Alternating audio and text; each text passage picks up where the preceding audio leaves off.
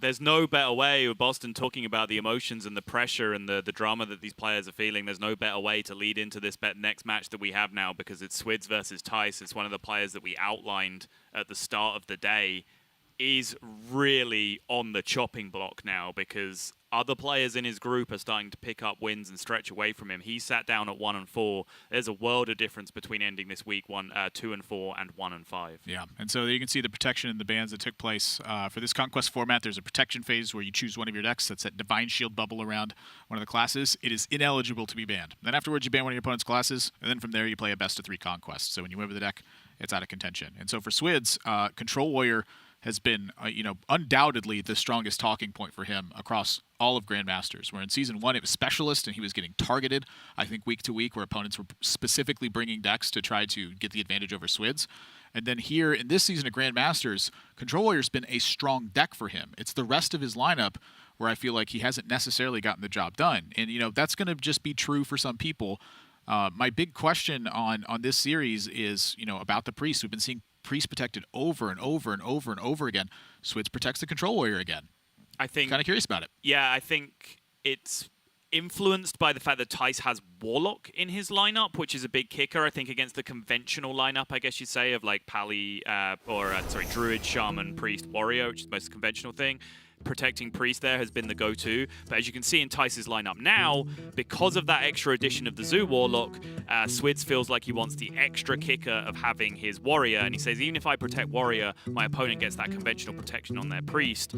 Maybe contrary to what Orange was saying earlier, Swidz still feels like he has that good matchup as well with his Warrior, so 2 out of the 3 decks remaining, he does have good matchups with that Warrior against, the one remaining being that Quest Shaman, which does kind of run over Control Warrior most of the time. Yeah, I am kind of curious about that one as well. How does that affect the queue order now, where the Control Warrior will have 2 what is thought to be commonly favorable matchups against the Zoo Warlock and against the Combo Priest, but the awfully potentially dreadful one against Quest Shaman, where it's so hard to get a handle on the game and really take that full control. I think if there's anyone that can do it, I look at Swidz, because my opinion of it is he's going to be the best Control Warrior player in the world right now. Like, I have seen him demonstrate some absolutely super deep understanding of that deck. And so while at times I will disagree with turns that he takes, you cannot disagree with his macro plan. He knows exactly where that's at. He's definitely shown why he is known as a Control Warrior specialist, and the irony does come in that he's now able to have more success with Control Warrior as we branch away from specialist format, which was supposed to be the opportunity for players to fly the flag like that. Yeah, I can't wait to see how this ends up panning out. Like, he also just has like the most unique build of Control Warrior, I think, across the board, even counting the Viper Deathwing. Swidz has gone with no Eternium Rovers. Oh, yeah, that's right. He's gone with the double weapons project with Harrison Jones. Like, that is it's been so rare to see across the board that he has that built. And of course, the plague of TJ has descended upon us, where he clicked in 3 Plague the Wraths to show us the key cards, and I said stop, and then he clicked save, and this is what we got. And then we're like, no, look, come on, change it back. He's like, all right, guys, I was just kidding. And then he broke the thing, so like, he couldn't change it back. So now we're just stuck with, like, true story. This actually happened. Yeah. That's why we have that. TJ's a troll. He's very good at it. We love him for it. Yeah. And Quest Druid for Swidz, he's chosen to go with the No King Pharaohs package. That's been quite popular this week. But I'm looking at this lineup, and I feel like he's going to have to pick up the pieces with either Quest Shaman or Quest Druid. And for Thijs, that Zoo Warlock, it needs, I think, to find the absolute picture-perfect spot if it gets played at all in this series. I'm thinking that with the Control Warrior there, it does not. And so for Swidz, is this a matchup where perhaps you don't go with Control Warrior? I see what you're saying. I do. Thijs would have to really get that Warlock into Druid from his perspective to really have a favorable, which then encourages him not to pick Warlock at all, which then encourages Swidz to do something other than Warrior. Swidz says, no, I'm a Warrior player, all right? We're doing this. You think Shaman's favored? Let me show you why it isn't right now. Thijs could have played Priest, which is thought to be unfavorable versus Warrior. He could have played Warlock, which is thought to be unfavorable versus Warrior. Swidz could have foregone Warrior in anticipation of that. Accuses the Warrior. Thijs is on Shaman. Yep. Greetings. Now, I believe it was Thijs on week 1 who ended up losing this exact matchup to Calento, I believe it was, which is where you first highlighted to me some things to look out for in the matchup, which I did then adopt and try out on ladder and had enormous success with. I will be curious about that because I think Thijs' Quest Shaman play has left some question marks for me. Thijs did go out of his way and message me and talk to me about those specific games where he was like, man, you were just nailing my thought process the whole time. Great casting, thanks. And I was just like, kind of having a bad afternoon, and I'm like about to just cry to myself. I'm like, Thijs loves me. He's so happy and nice. Weird flex, but okay. Well, I just told you I almost cried, yeah, I'm ignoring from that someone appreciating me. Thanks for rubbing it in. Weird flex, but okay. I can't process emotions, so I was just blowing through that part. This place is Forgot about that, robot. Yeah. But Thijs has left some question marks for me on this particular Shaman deck, and I'll be curious to see how he's going to handle this, because I think that putting together the right pieces and sequencing these in the right order and just so many raw decisions to make. If he gets a hold on that, he's going to be scary with this deck. Yeah. I must choose.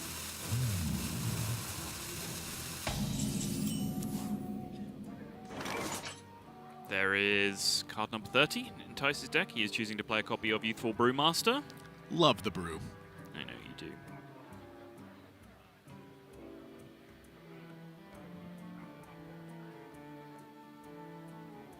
Look how potentially good it is here. It is potentially good. Yeah, let's start with that one as well. It does look like a pretty solid brew turn, honestly. The threat of Restless Mummy in the early game against Quest Shaman is very real. Perhaps that's why you don't want to play the brew, though. Well, my argument would be that the Restless Mummy here can actually just take value trades over an Evil Totem. Whereas with the Youthful Brew on board, it just double trades and dies, and you get to redevelop afterwards with your Questing Explorer that you've just bounced back. This does tell me that Thijs is perhaps digging into the matchup a little bit deeper, though. Something I like to do when I have a lot of bounces in my deck is take my time where I use them. You can almost always find a way to get value battle cries. That's not a difficult thing to do. Yeah. The two questions are, number one, do I need to dig deeper into the deck? Which I generally always think you need to with this deck. But number two, can I be on a burn plan and just build up giant amounts of damage over time? Specifically, when I earlier was referring to how Admirable was kind of preaching the matchup and the way that I've also then adopted it, it is really trying to stack up as much damage as possible. So if you use that Youthful Brewmaster on a Life Drinker, you can then get enormous amounts of damage off the Life Drinker, 6 per, and then each one of them goes 3 into your Shudderwock. So you end up amassing this enormous pile of damage in your eventual Shudderwock. A few things I will say to caveat that. Firstly, I think that plan is even more effective when you have coin and you get to be super greedy with it. You can hear a power coin Shudderwock at the end of the game, and your Shudderwock does 30. That just ends games. Secondly, you do sometimes have to think about bouncing card draw so you can then get through your deck to all those Life Drinkers, to all those Bog Sloshers, to find all the value that you need, and of course the Shudderwock at the end as well. I like bouncing the card draw here. He's not attacking first. He's not bouncing that. Drink with me, friend. Okay. So the lackeys do represent a very similar thing. So I think when you're winning board, the lackeys can do a similar thing, because just generating kobold lackeys and generating goblin lackeys represents extra damage as well. So the question is the efficiency cost versus the, sometimes the downside of drawing extra cards. Sometimes you get to the end of your deck and you don't have time to unleash all your tools. I have found that to be the case.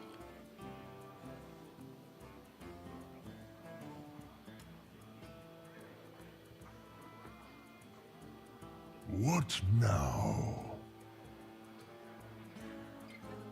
It is an excellent point on the Shudderwock, though. The difference with this Life Drinker now is it is 6 and then 3. If you brew it, it adds 9 damage to that total at the end of the game. I said I wanted to brew the Questing. This Life Drinker can wait for Bog Sloshers later on. I just want to get through my deck and find threats, make sure I keep having things to do. Yep. I think that finding the right cards is super important. Yeah. Questing themselves are so perfect card draw in this matchup as well, because if it does go really, really, really long and you've ended up drawing a ton of cards off your Novice Engineers, then you can get in a position where your Shudderwock is actually dangerous because of the fatigue that it pushes you, and the warrior starts to get outs with like discovering clockwork goblins and things like that to mess you up. Questing adventurers are safe because they draw cards when you want them to draw cards. They don't draw cards later when you're Shudderwock when it's potentially a liability. Because your Shudderwock is going to fill up your hand anyway, always in this matchup. That's going to happen. Pretty much. So you don't need to draw additional cards off it. Of course it's the right way. However, Thijs drew the second Questing Explorer, which has made things much, much easier. Well, for I'm him. wondering if quest progress was on his mind. You know, like there's a certain point where bouncing that Questing Explorer, if you face down something where you need to use a battle cry, it's not the proper battle cry. So you know, there's something to be said about the momentum of the game manipulating as well. The point I'm getting at is that Quest Shaman is really hard. Oh yeah, we're gonna argue this entire matchup. Get used to it. This is gonna happen. I love it. Thijs wants to get the Overload out of the way this turn, so he foregoes Lackey Generation long term, but he gets the Overload out of the way because his 7 wants to be the former champ. Makes sense to me.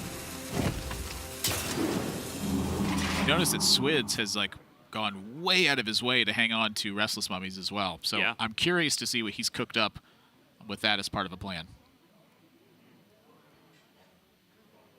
Yeah, I think the weapons project has afforded him a lot of leverage in terms of how he wants to use the rest of his removal.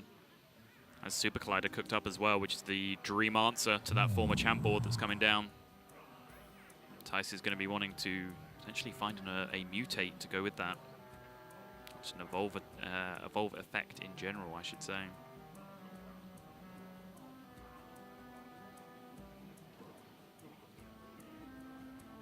Is Quest Shaman just the best Lackey deck? Like, forgetting that, yes, it is because it can double up the battle cries. Because, like, the Evolve Lackey is so often a whiff for other decks in a lot of situations, but this deck, if you get the Evolve Lackey, sometimes it's just the nuts, and it's usually pretty good.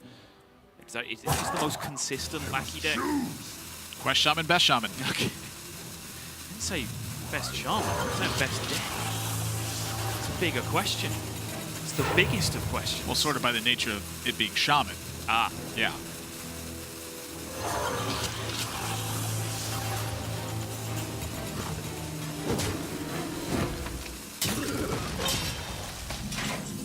Swidz accepts the chip damage and just continues to be super patient with removal.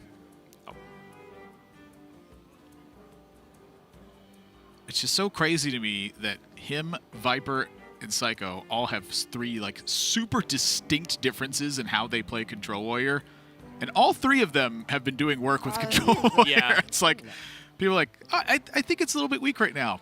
I don't know, like maybe, I think maybe I'm a victim of like, when it's dominant, it's so dominant.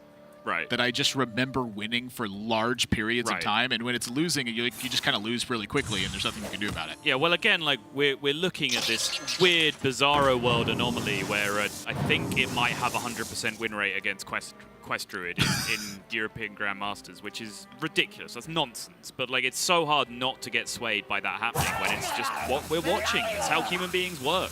We're swayed very easily by empirical evidence. Oh, stupid brain. I know. I like this from Thijs. I think if my opponent is going to accept chip damage as Warrior, they're not showing any signs of being able to stave off this damage, I think you just start pushing. Compound the issue. Yeah. Now those Life Drinkers, those Weaponized Wasps, those Kobold Lackeys. That's 6, 12, 14 in hand over the next few turns. There's no armor gain outside the hero power in Swidz's hand right now. It's actually 16 from hand. Did I say 14? Yeah. Yeah, I just didn't count the Kobold Lackey twice. You're right. Well, that's the best sequencing. You play the Kobold Lackey, then you hero power, then you play the Weaponized Wasp. Okay, yeah. Well, no. Kobold Lackey, hero power, Life Drinker, hope the Lackey survives. Then Weaponize. Yeah! Just the worst possible ordering you could get while trying to accomplish something. Now we're making the plays. I mean, that would be fine. There's 2 other Lackeys in hand. It would be totally reasonable, but... Nah. Yeah. 1 bump! What does that mean? Why wouldn't you bump with both? Oh, why did I find that so funny? Well, why wouldn't you bump with both? I feel confused. Maybe that's the whole point. Get him to think, get Thijs to just take up mental space thinking about something that inevitably doesn't really matter that much. Sandstorm Elemental? It's kind of vulnerable if he does that, right? Because 2, 3, 4, like he can send 5 into the Omegadillo and then double Sandstorm Elemental and then take care of the You got trades 4 afterwards. 1/1s. Yeah. Our Megadillo is like the one card that can force you off of burn plans. It prompts you to take action. Yeah, I mean, just the fact that it's a 4/7 taunt minion that's blocking you from going face with your minions, I think you get a lot of this damage back anyway, right? Like you're pushing face with the 3 that you have on board, so you only lose 3 by going into it in the first place. I think our Megadillo or no, it's just perfectly reasonable to trade damage into it, buy some of that damage back with the face, and still have better board control. Questing Adventure just keeps finding extra gear. Just opens another treasure chest. Ooh. I think it's just a 2/10. You go, Questing Adventure. Explorer!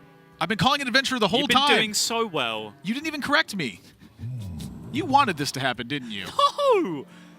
What a horrible accusation. If you said Questing Explorer apart from that last time you said it, I didn't notice, genuinely. I think I've only been calling noticed it- that last time. I think I've been calling it Adventure the whole broadcast. Yeah. Oh. Unlucky. Just got word from our bot detective. That hasn't happened. Admirable's casting has been perfect, as always. Certified by Thijs.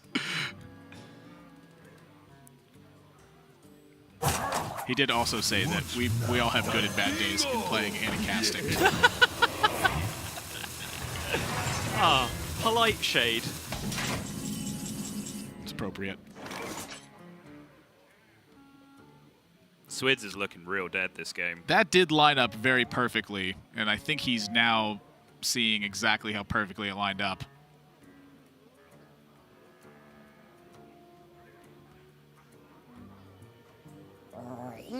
That Questing Explorer has... It's been quite a nuisance.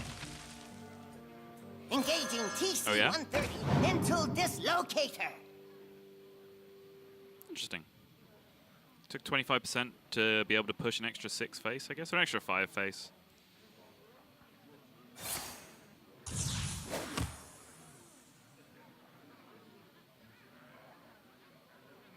So now you can ship 4 into this engine, drop the Sandstorm Elemental. You're faced with everything else? Sure. Sign me up.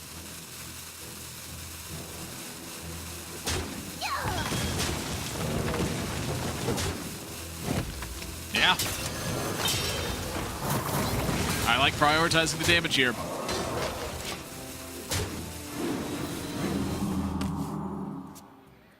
I will say as Warrior, you do like seeing those mind control techs come down in situations where you're not playing 2 Mordants. You don't like seeing a second Sandstorm Elemental get drawn, though.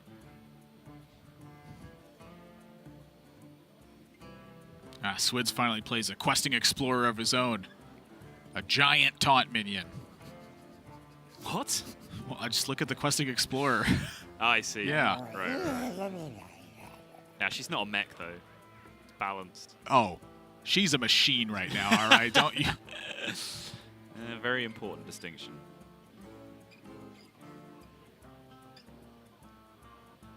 Just slightly awkward on the Sandstorm Elemental breakpoints in terms of getting maximum damage to go to face as well.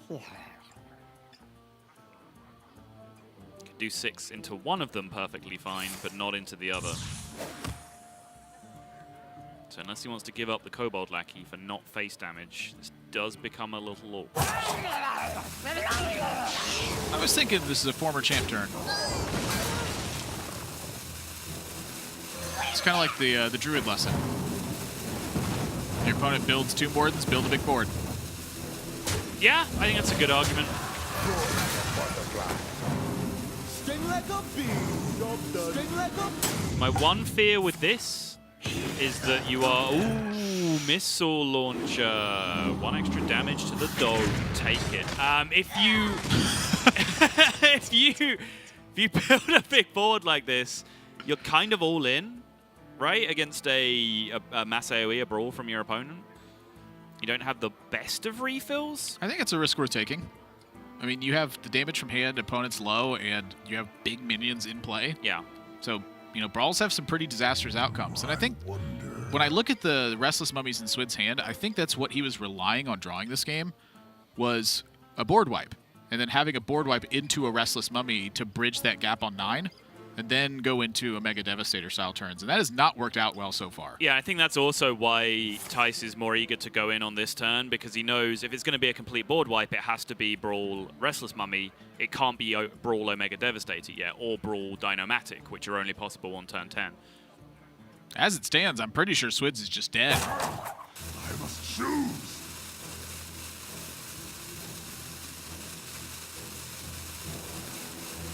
Light the fuses! Yeah, he's super dead. He's looking cooked to me. Thijs gets over the line. Swidz played it very, very slowly. Thijs did precisely the opposite. He's looked much more aggressive than he did in the matchup against Kalento. I think part of that is the hand that he was fed led to him playing it very aggressively.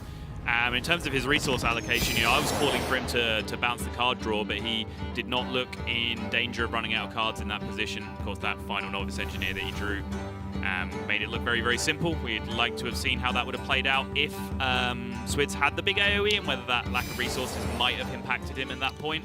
But the way it worked out, I think he executed it very nicely. I'm curious about the hold of all the Restless Mummies. Like, I think like that's a matchup where if he fights very aggressively for board, like maybe he finds a Warpath turn or something. But he just like have both mummies in hand. I know from playing it from the Shaman side is when I've got mummied early, especially like it's often forced me off Evil Totem. I'll sometimes drop Evil Totem on turn 2 if they just go 1-drop because their 1-drop has 1 attack and then they can't kill the Evil Totem. Yeah. But if I draw it beyond that point, I'm very scared of dropping it because my opponent then gets like a real good tempo Restless Mummy where they kill a minion and then the Reborn gets to live taking out the Evil Totem. So to me, it's definitely been a card I've been scared of in the mid-game alongside Dinomatic. Those have been the 2 points that I just haven't been trying to get blown out by. Swidz, as you mentioned, distinctive styles of warrior play between various different people, and he clearly had a different idea about how that card functions in the matchup. Yeah, I see where his macro plan's at, and if he fails to draw a brawl in that situation, I don't think it ever comes to fruition. Yeah. I think that's really the difference. He's relying on the key cards, which kind of when I think about it, makes a lot of sense. It's how every deck works. I mean, if you're not going to draw brawl, you're never winning that matchup. Ever. Not happening. Think so as well. You got to brawl, and you got to have the right turns to go with it, too. It's not just about the brawl itself. Yep. So we got to go to a break, and when we come back, it's our third match of the day that's underway. When we got 6 that's lined up for you. Right now, though, Thijs up to a 1-0 lead.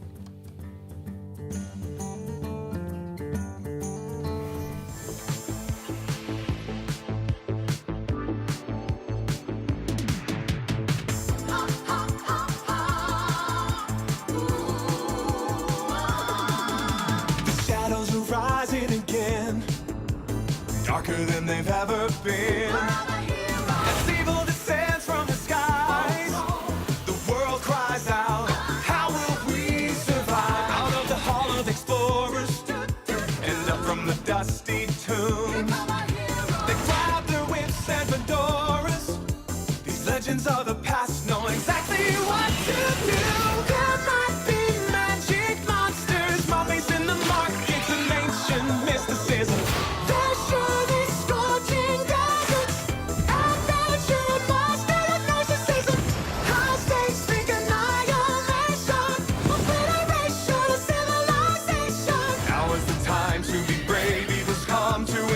But this league's gonna save the world.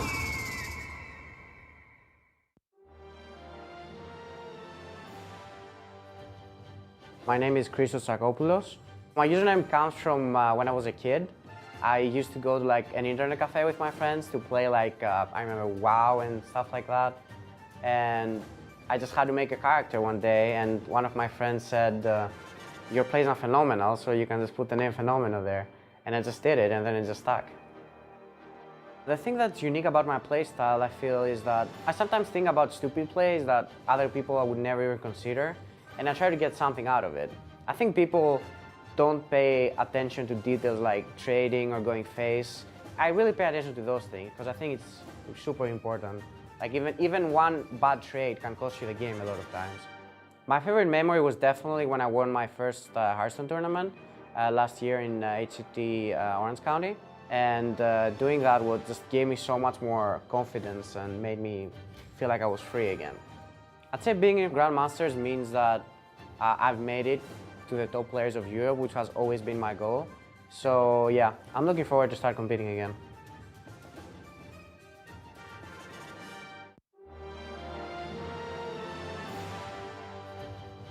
My name is Kevin Casey Eberlein. A Grandmaster means to me that the last year of 2018 was a success. After having so much tournament success and getting to Grandmasters by most of the time just gaining points, gathering points and just performing well in tournaments means that I did something right. My goal was to get to the highest level of competition, and Grandmaster is the highest level of competition, and I achieved it, so I'm super happy. What I'm really good is at playing of muscle memory. So at the start of any meta game, the first week, I figure out the best decks, but I play them pretty poorly. So I just keep playing them till I actually know everything. And this is just, preparation is key. I don't only like Hearthstone, I love it, it's my passion. My life, like, it changed a lot since I started playing Hearthstone. I used to be really, really shy. Really? Yes. And then, like, after Thijs, Crane talked to me, I just got a confidence boost. And from there, I changed quite a lot. Try to be the best what I can get out of myself, and then I'm gonna be happy.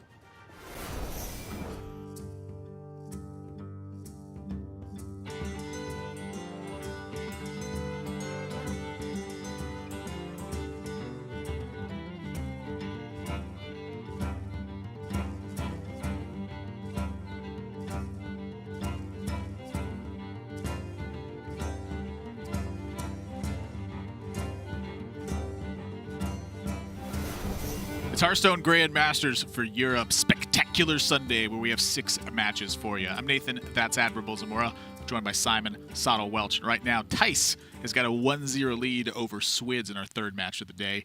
And Swidz is running it back with the Warrior. And Thijs has got the old Priest to throw at him. See if he can give it the good old college try. But Priest, I feel like, has looked pretty darn... it's looked bad in this matchup. It has. You can get the job done, though. There are elements to manipulate. I talked at length about how this was the one matchup where the extra arms really made a big impact, the nerf to it, I mean.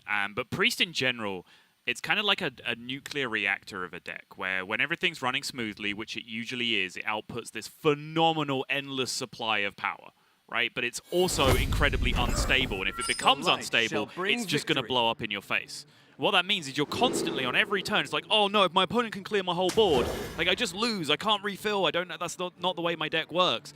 The best deck at doing that in the entire game is Control Warrior. So that's why it generally gives Priest problems in this matchup. Some people think that nuclear is the future of energy. No. You heard it from Sottle. Divine Spirit. It's Priest.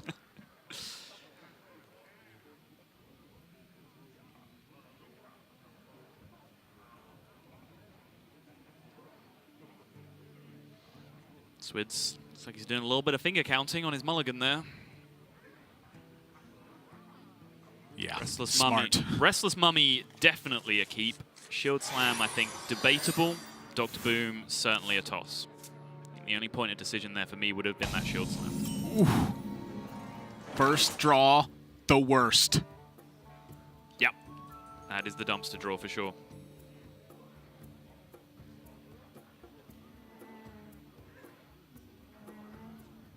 I like coining things in this matchup. I think it's important to keep armor in check, so early shield slams aren't doing 3 against you.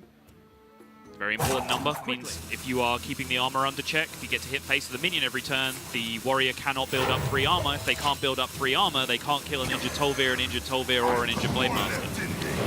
I like coining things, just in general. Full stop. I wish that when you spent mana, just when you refilled, it just always gave you like a separate hand of coins, and you just had to use the coins to use the mana. That feels fun to me. Sure. Well, It'd make Auctioneer pretty good. Edwin would be a little ridiculous, but We have the turn 3 10-10 hand. Yeah, that's a big problem for Swidz.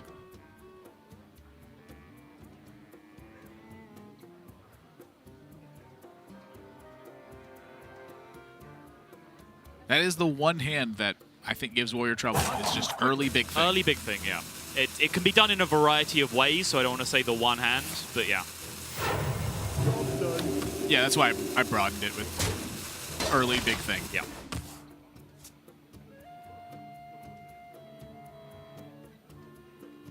Armor up, shield slam, Galaxy Brain play. That's the face of a man who was really wanting to draw weapons project. It really is the Galaxy Brain play, though. But you see like where Swidz's plans are. Like he has such a different way of playing Control Warrior than what we've seen from other players. He's looking for combinations of things that make the matchup make sense. Yeah. I genuinely think he's considering it. It's so right against this exact hand, but it's also, we've talked about it, what's the one way you lose, right? Massive 10-10 comes down. If he armor up shield slams this thing, Divine Spirit only takes it to 6. If it goes to 6, he has Restless Mummy in hand to take care of it. If it's at 3 and Thijs plays Zinninger Blade Master, Restless Mummy takes care of those. Yep. This shield slam is the line. It is so hard to shield slam. It's so hard to drain life, okay? It's really hard to do this. Yep. Especially when it doesn't kill the minion. Like, Swidz is going to be thinking, okay, well, what if he just has Circle of Healing? This is ridiculous. Like, why would I do this? It's nonsense. He's got Circle of Healing. What's his shield slam going to do? He's kind of right. Giga Brain! The best Control Warrior player in the world. Oh, that's so good. We can see the hands. Swidz cannot. Ooh. Ooh. All right, don't look at the bad thing. Don't look at the bad thing. Yeah. Focus on the good play. Look away. The play was good. The play was good. Look away. Forget about the bad thing. At every single corner, you'll find horror and dismay. Look away. Look away. Hey, I got you, friend. Yep, Psychic Heal. Messes up the Restless Mummy horrifically. All right, so we need a 4-2 Rush Reborn. That's the next variant. How much are you paying for that? Well, I assume 3 mana. Oh, oh sure.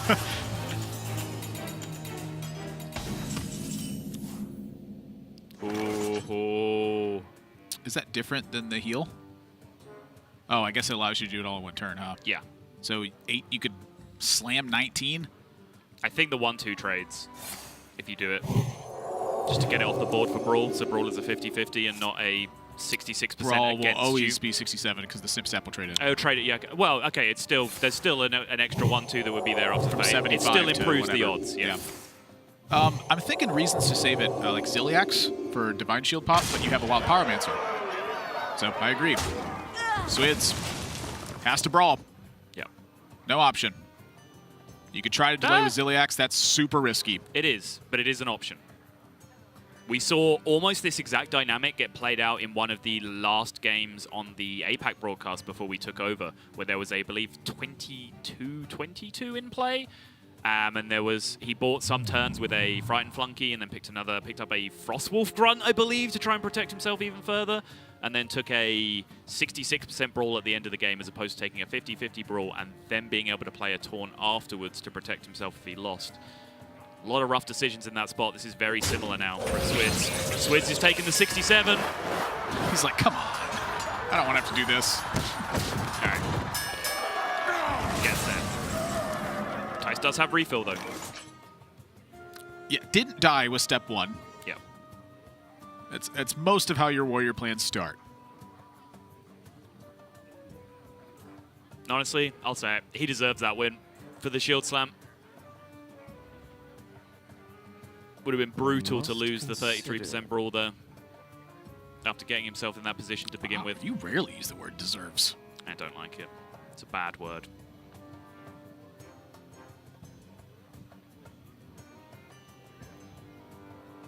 The end begins.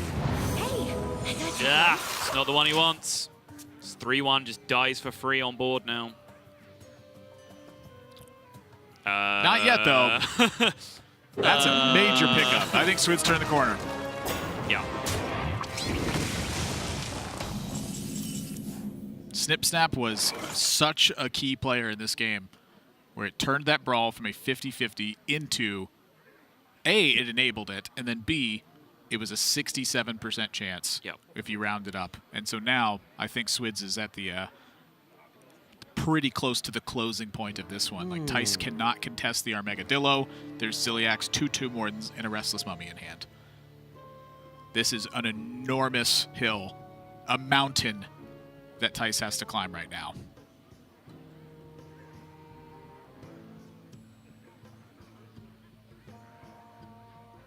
Thijs examining his hand with much fervor. Trying to find some magical solution. I don't think it exists right now. The solutions are remaining in his deck, and they're big explosive cleric turns where you get to do multiple things at once. With High Priest Ahmed as well, right? Yep. That's got to be the critical draw. You have 1 Somni to pull the rest of the 1-drops out next turn. Yep. It's just that the Armageddillo's stuck, and it's going to stick again. That is the absolute stone cold nuts that turn. Fits the curve so perfectly and puts another big boy into his hand for the buff. This Ziliax was always coming down to value trade on this injured Blade Master. What did you say last time was the perfect draw and he wasn't going to find a better draw the entire game? I'm not sure Swidz will find a better draw his whole career than that Final Fantasy was. Oh, come on, he's won this game already. He won the game. I mean, we were just talking about there was still some ways out if he was to find Ahmet with all the 1-drops. Yeah, it's a true story. That just completely shut them off. It's because it's the way that it contests the Bonsomni too, right? Like, it punches right through it. You get to keep going. Like, the Armageddillo has lived for a 3rd turn now. Like, it's... Yeah, done. 3rd turn, 3rd Tomb Warden. 3rd game, game 3. Turn Let's go. 3, Shield Slam, you're 2-5 for 2. Beautiful. Forces a slight deviation on Thijs' side.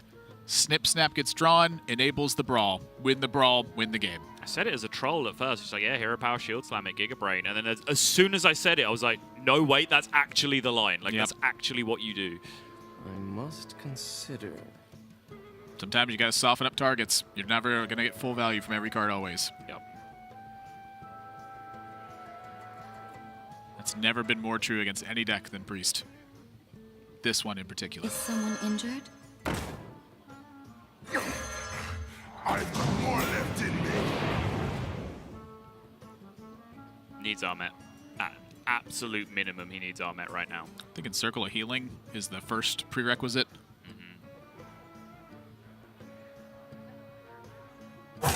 Quickly. Sure, He's also just got to not die. I mean, he's facing 18 next turn. Yeah. In the light's name.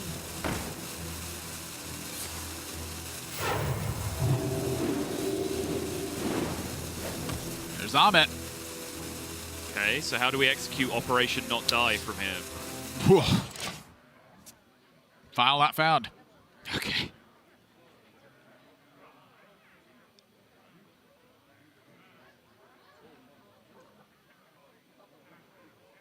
Meanwhile, Swidz's turns, pretty straightforward, but he has earned the right for those turns to be pretty straightforward at this point. It's just a 9-12. Thijs like, oh, all right. Yeah, and Swidz is free to kill everything because just the board represents lethal next turn. Yeah.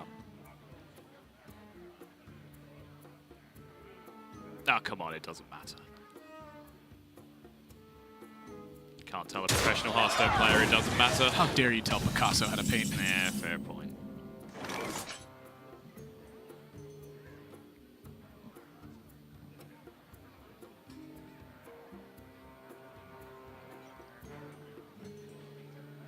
Killing minions is my canvas.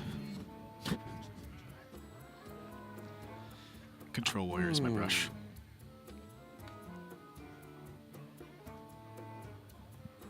It's just so beautiful. Just awaiting the bottom right. Any second now, a beautiful turn 3 from Swidz has sent us into game number 3 of the series. You set him up to Control Warrior Maestro. That's a beautiful name. Maestro Swidz. But Thijs pours himself a hard-earned cup of tea after that one. Whew, whew. Steady the nerves after that one. Gonna need to steep this one a bit longer. Yeah. I'm curious. This is where my question mark has been, though, is the rest of Swidz and being able to get the job done. He's pretty much all of his wins have been in Control Warrior form.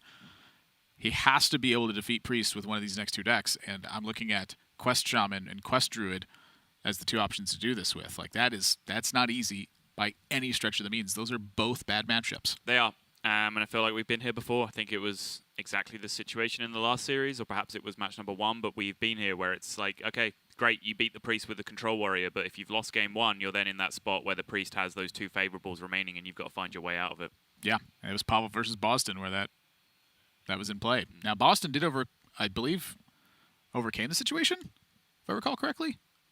Yes. Like, that's tough to do. It can be done. It's not insurmountable. We're not saying that like Priest is just a free win. It always wins in the series. It's not true. Like I stand by the analogy of like it is an unstable nuclear reactor. Like it does get hands that just blow up in its own face, and it is always just hanging by a thread. I think that's part of why the Bomb SAM-D coming into the deck has been such a big deal, because it gives that kind of secondary win condition where if you don't curve out perfectly and grip the board the entire game, you do have that option to just draw all your 1-drops, and if you have the Armet, you can explode from behind and still sometimes win.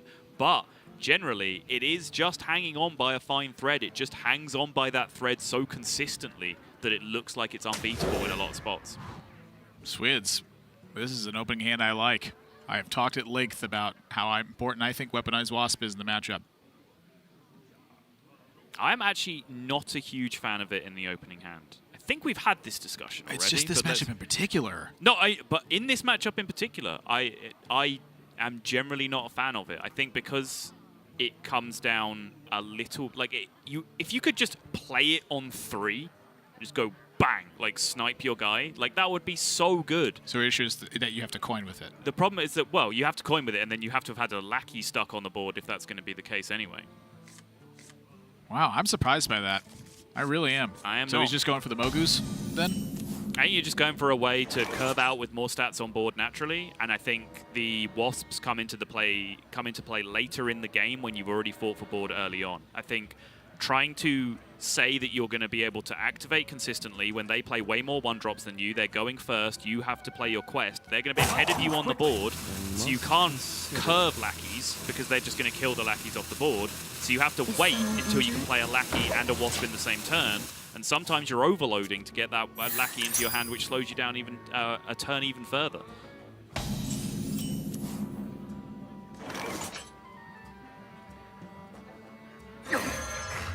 I've got more left in me. That Northshire Cleric is never dying. Yep, he saw Thijs look up to the heavens, and he was asking himself, is there any way either of these minions die this turn? Look, this is exactly what I mean, actually. I know this is kind of results-oriented, but this would be Evil Of course Cable Rat, it's the you right seed over way. the draw, you coin the Lackey, and Wasp the Northshire. Like, shut down the card draw is how you win these matchups. So that would have failed here because of the Beaming Sidekick. That's okay. I don't think that this plan's going to work either. Well, even best case scenario, like say the Beaming Sidekick wasn't drawn. He has a Light Ward In and a the Circle of light Healing name. on the board. He's beaten the absolute heck out of your board because you played 1/1s and stuff, and you've just killed his Northshire Cleric, and he has an ever-growing Light Ward and a 2/6 left on the board. Like, that still doesn't sound like winning to Well, me. what hand does? Go ahead, pick them. I'll wait and listen. Stats into Mogu and Mutate. Light Warden's going to contest the 8-drop. Yeah. No way. Sometimes you got to get lucky. And if that means they don't have a buff on a Northshire, I'm taking that every time. It's a tough matchup. Your back's up against the wall from the very start. Everything's got to go your way. Now that could be a game changer.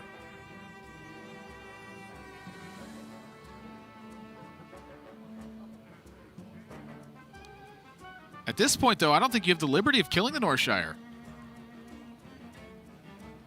Oh, you were thinking about Sandstorm and the Kobold to kill the Northshire Cleric? Well, I was just thinking about picking up the Light Warden. Like, Right, yeah. It's a I mean, 7-2 behind a taunt. yeah, exactly. When it appeared, but then when you caveated with I don't think you can afford to kill the Northshire, I was like, whoa, we're killing the Northshire this turn? Like, no way. There's a 7-2. Well, that's the problem, is Yeah, there's a yeah. Northshire that's not dying. Yep. What to do? Yeah, I respect that Swidz is looking for alternatives here because he needs them. Yeah, I agree. Vanilla play isn't going to get you out of this one. I hope you like my invention. Also, I've just noticed, but the score is currently 1-1, not 1-0 as displayed on the screen. Just in case you are just joining us. There it is. Oh, my. Yikes. Oh, my. All right, Sticking with yikes. what 8-cost rushes are there? Gilnean Royal Guard? That one doesn't work. Starts in 3/8 form. Akali, the Rhino. That doesn't work either, I don't think. Nope.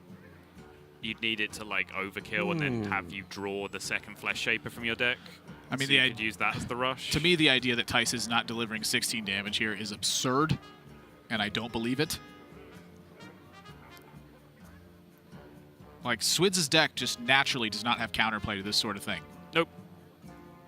You gotta go in. Hey, I got you, The only friend. thing that might persuade you off this is if you know they have lackeys in hand, and then you can kind of scoop the game to Earthshock or Hex off a spell lackey. Even here, mana wouldn't be enough to have Hex, it would have to be Earthshock.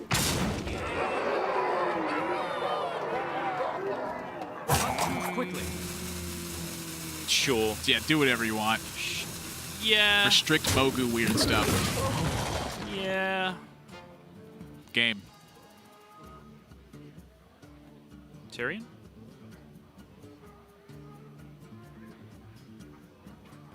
Tyrion's the... it's temporary, but... What else you got? Yeah. So I was thinking the rush. There's no like weird 8/8 rush at 8-drop, I don't think. So wait, hang on. You can Sandstorm the Cleric off the board. Your Mogu then still costs 2, so you can't play the first one. Yeah, okay. So you have to leave the Cleric up. That's the least of your worries right now. I mean, I want it all, Admirable. If we're going to win this game, we need a big taunt, and we need that Cleric to be dead. You go again. Is 9 ever getting the job done? Mulch Muncher is rush, 8, but 9, not, 11, not 12, relevant. 13. Nope. Nope. There is little time.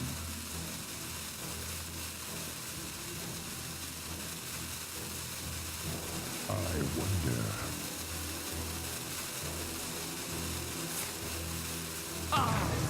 Oh, Thijs after game 2 made that mountain look like a molehill. 16-16. Back it in. Thijs. 2 games to 1. Priest. 16-16 to nothing. It's the tea that did it. Yeah, there you go. There's a happy little boy. He's just drank his tea. He knows what's up. Hey, right on cue. It's as if he can hear me. It is tough to beat Priest. It's just a good deck. Extremely good deck. The thing that's really interesting to me too about it is like almost every single deck has a dynamic where they want to fight for board. So Priest gets to build in a way where its dynamic is solely fight for the board. It's very good at that. You can't really play a deck that just has like lightning bolts and stuff in it. Like those decks tend to be very weak right now because there's so much counterplay available to a burn style of plan. So Priest gets to run over everything unless you just want to be super weak to what everyone else is bringing. And when it's a conquest format, you have to be ready for multiple things. Yes. Crazy. Oh, you have decks. Does Swidz play the copy of Earthshock? He does not. He does not. Okay. I'm still thinking back to that mulligan because I know you're going to fight me on it for days after this point. I'm not too worried about it. I know we're going to. No, it's going to keep coming up. I promise you. You should see some of the arguments we have off camera if you think that was bad. But I think if he has Earthshock in the deck, like there's even more merit to throw it away, right? Because Earthshock, that's the reason the card would be in the deck. But if it's not in there, then yeah, sure, maybe we can get on board with keeping it. But personally, I've been throwing it away. And I will also say my win rate increased, and I was tracking it when I did start throwing it away. Small sample size because I'm just one man. But for me, the results were paying out. I'm going to call that pilot error. Thijs is ready for an interview. Thijs, can you hear us? Yes, perfectly.